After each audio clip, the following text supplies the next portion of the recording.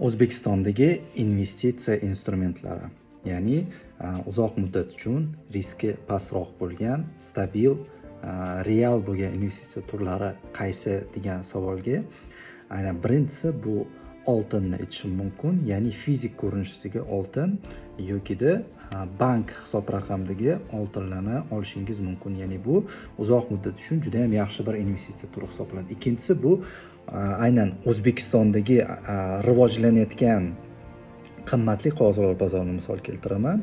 Ya'ni juda ham fundamental kuchli bo'lgan korxonalarning aksiyalariga investitsiya qilishingiz mumkin. Ya'ni 5 ming so'm, 10 ming so'mlab juda ham yaxshi korxonalar mavjud. Ularni investitsiya portfeliga kiritishingiz mumkin. Va uchinchisi bu ko'chmas mulk misolini keltirgan bo'lardim. Sababi ko'chmas mulk ham O'zbekiston sharoitida stabil, riski nisbatan pastroq bo'lgan investitsion instrument hisoblanadi. Ya'ni mana shu 3 ta O'zbekiston sharoitidagi investitsiya instrumenti misol bo'ladi.